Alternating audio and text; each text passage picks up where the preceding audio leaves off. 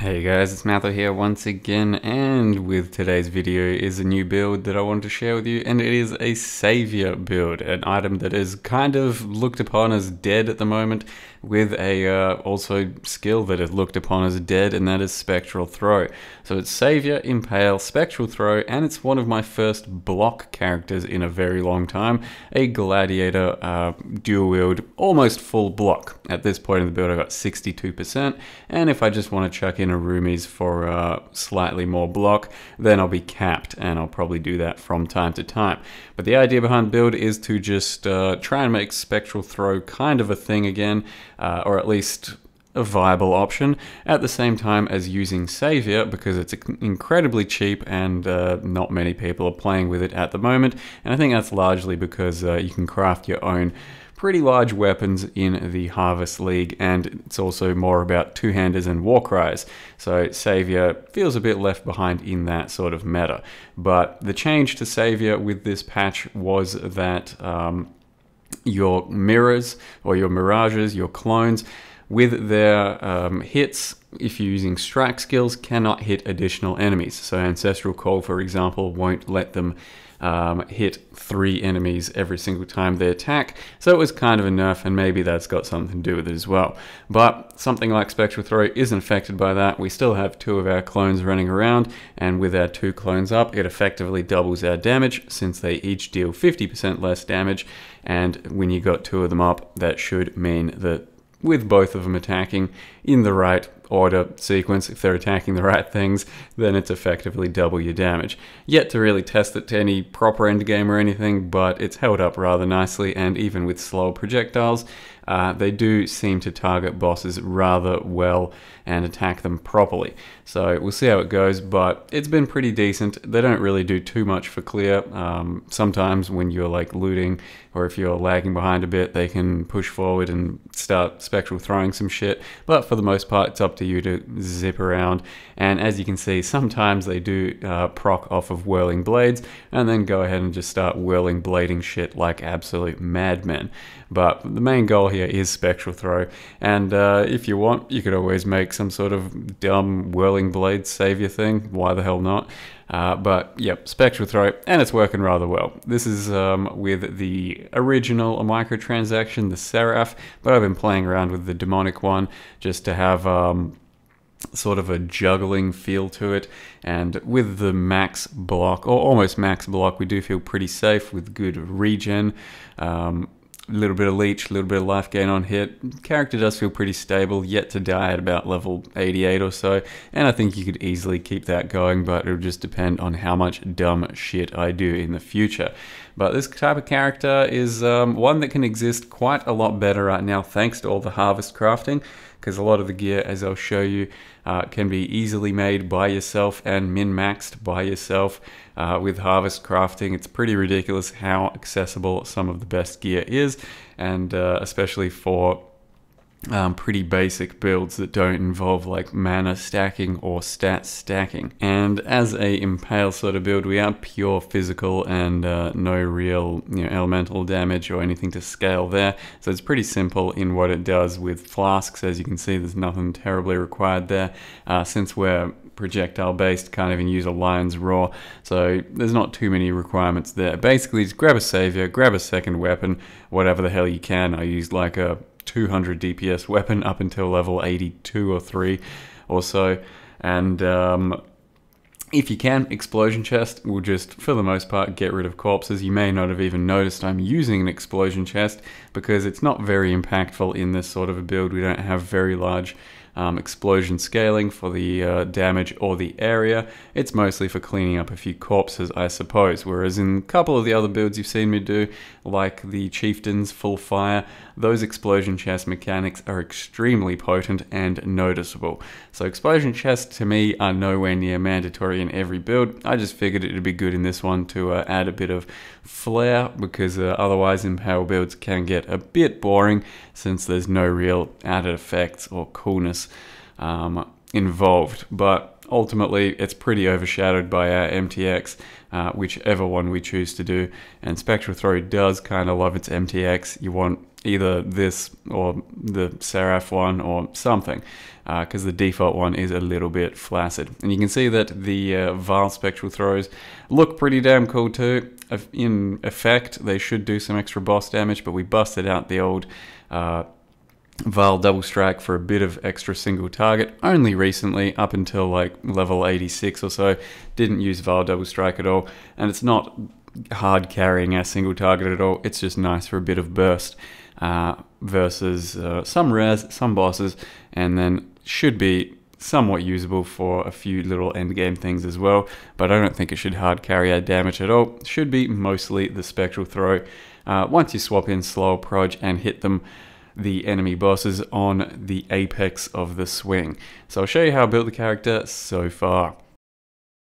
So here is our current character, level 87, called Block. Kind of an emote that makes a weird face, because we weren't sure if Block was going to be worth it in this build, since the alternative to a Gladiator is basically a champion. Forget Block and just go full ass fucking damage. And a champion, if built completely for Impale, instead of this type of character, would probably have roughly double as much damage, close to that if we forego Block altogether. But I don't know, the damage has seemed good enough so far, and then having about 60 spell and attack block has been pretty good. So if we want to get rid of all the block and just go full damage, it's a viable playstyle. We could get a lot more damage, and maybe it's worth doing. We'll have to wait and see in the end if my damage falls off to the point where I go, yep, champion seems like the play. So far, Gladiator is what I've been doing, and that lets us have just a bit of challenger charges, so we zoom around a bit quicker, outmatch and outlast, which gives us more physical damage at max frenzies, bit of reduced physical while at max endurance, and we are usually max on both of those, and then the block nodes that let us get spell block as well as regular block. So currently, as I mentioned, I believe we're at 62% block without a roomies. Putting on a roomies will get us to the cap, and I'll probably do that for boss fights to replace the Quicksilver Flask. But as I mentioned, we're building around the Saviour sword, so it's got barely any physical to start with, just a little bit, but the main thing is reflection when equipped, and that means whenever you crit with your certain skill, you'll create 2 clones of yourself, or 1 clone for every time you crit, up to 2, and they do 50% less damage and replicate the skill that they were triggered off of. You can get 2 of them, it should double your damage in the end. The idea then is to usually wear, I think most people do a Paradoxica in their offhand. I'm just making a foil myself. Like I said, up until about level 83 or 84, I quite literally used a level 38 leveling sword that I made myself. Only just recently have I made something slightly better. Well, quite a lot better. I think it's got 400 odd DPS, and you can make pretty reliable versions of decent foils through the harvest crafting system. Just alt regal yourself some good attack speed, some fizz, and then try and slam on extra fizz, or remove add fizz, remove non-fizz, add fizz. There's a lot of good crafts that should yield some decent results in plenty of scenarios with physical weapons right now. So that's kind of what we're looking for there. And then the explodey chest, pretty basic at the moment, but certainly can get a lot better. Basically, to make a decent one of these, all you really need is an Awakener Orb. So you grab an explosion base, which I think cost me 100C because I couldn't even be bothered rolling one this time around. You then grab whatever else you want as a secondary mod. This time around, I wanted the Elder Life mod, so I grabbed an Elder chest, rolled life onto it. So Awakener Orbed the life and the explosion mod, slam them together and got basically nothing, but you can then put on different things. If you roll an additional attack augment from your harvest craft, you will always get crit. So getting crit on that is incredibly easy as a suffix. You roll additional cold, additional lightning, additional fire, you'll get resists. And we currently just have cold resist. I need to try and get rid of all of the suffixes, because getting rid of the life regen is a little risky if we want to keep our life roll.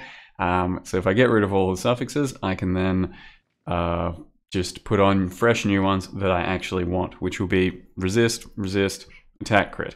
I also need remove defense at the moment, which I have yet to get from my harvest crafting. But as soon as I get remove defense, then I can craft a bunch of life, and I'll get a lot more life in the build, because we're currently struggling just a little, but there hasn't really been too much of a need for more life just yet, but the build's definitely capable of something like 6k, and 6k life with some pretty good leech or life gain on hit, considering we are using a bunch of attacks with Spectral Throw, nearly capped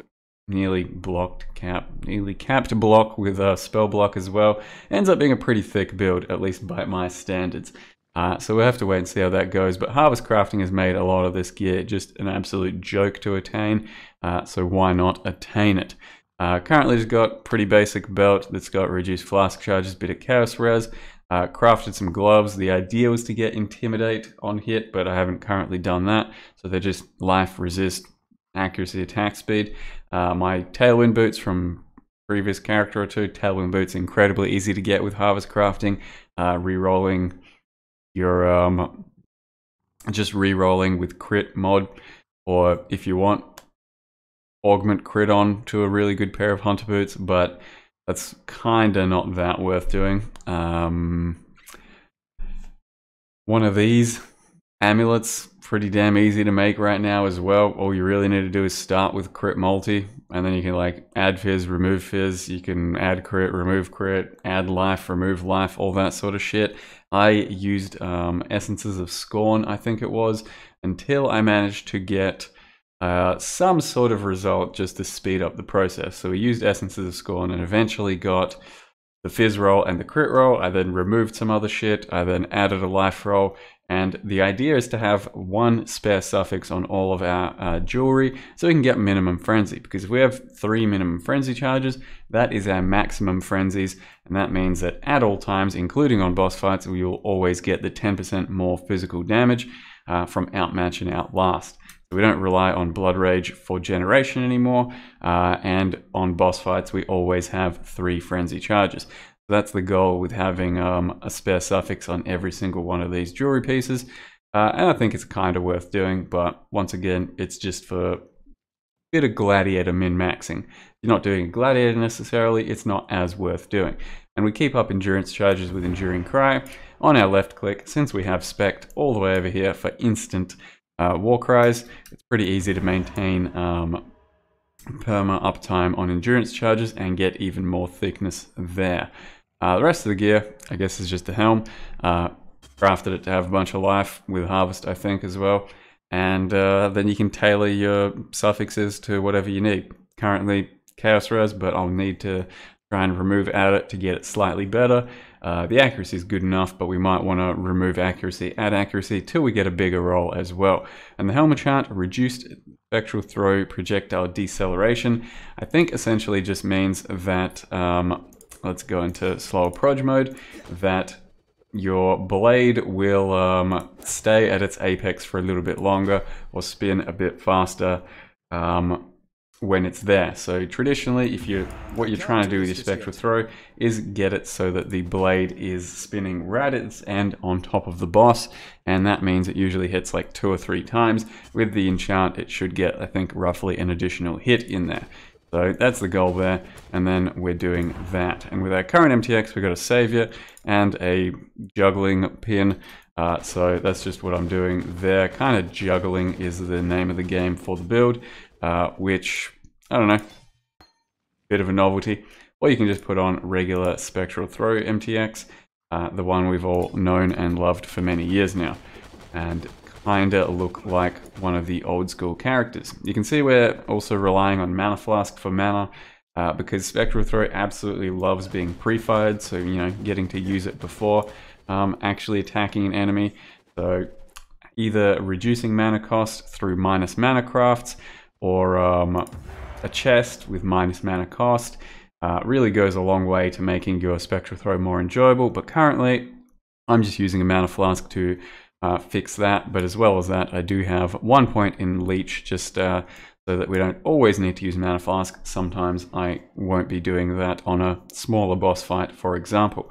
The passive tree, as you can see, is just going kind of everywhere, grabbing Iron Grip for a bit of extra damage, getting Impale, getting crits, getting dual wields, getting blocks, and the last 3 points here I think will fill out for crit, potentially, because crit multi is kind of hard to get in the build. May grab something like this instead, and still filling out the life. Didn't actually do any cluster jewel action because it's not that worth it for my build, I don't think. And we've got one Watcher's Eye here for Pride double damage, though of course the additional Impale hits is going to be quite a bit better, but it is a lot more expensive. And then add jewels that we've actually gone for, just getting some crit multi into the build, because it's a little bit tough to get crit multi otherwise. And then you can slam on a life onto these, add remove life until you get a life roll, and all of a sudden you're left with a pretty good jewel. And then lastly, the links I'm currently going with are Spectral Throw, GMP, Vicious Proj, Impale, Brutality, and Chance to Bleed, though Chance to Bleed can be removed and put in for Maim, because that will be a little bit more damage, a little bit more reliable Maim, but Chance to Bleed is stronger the worse your weapons are. And we can easily get that in, and also it helps proc our Vile Double Strike just for the additional fizz damage, and so then they can hit quite a little bit harder. Also got Enlighten, Pride, Flesh and Stone, and Maim over here. Got Blood Rage, Dread Banner, Ancestral Protector, Second Wind, Dash, Enduring Cry, and then up here is Blood Magic, Faster Attacks, Whirling Blades, and Fortify.